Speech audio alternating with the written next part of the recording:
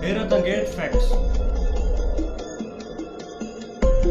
3 आंखें भाई, 3 पलकें, जिनमें 3 से ज्यादा बच्चे पैदा नहीं कर सकते आप। मगरमच्छ अपनी जबान बाहर नहीं निकाल सकता। ओ जापान में तमाम फोन वाटरप्रूफ, मैं भी जापान से लेने जा रहा हूँ। इंसान के पास 15 ही दिन है, लैपटॉप चला रहा है, ये मुझे समझ नहीं है। ज़राफ़ा अपनी आवाज नहीं निकाल सकता। वो भाई से कैसी मछली है जिनकी राइट साइड में 3 आंखें होती हैं। वो ग्रीन लाइट, एक भी ड्यूटी नहीं है वहाँ पे। फिर कैशिया होगी और कम उम्र में भी ड्यूटियाँ हैं।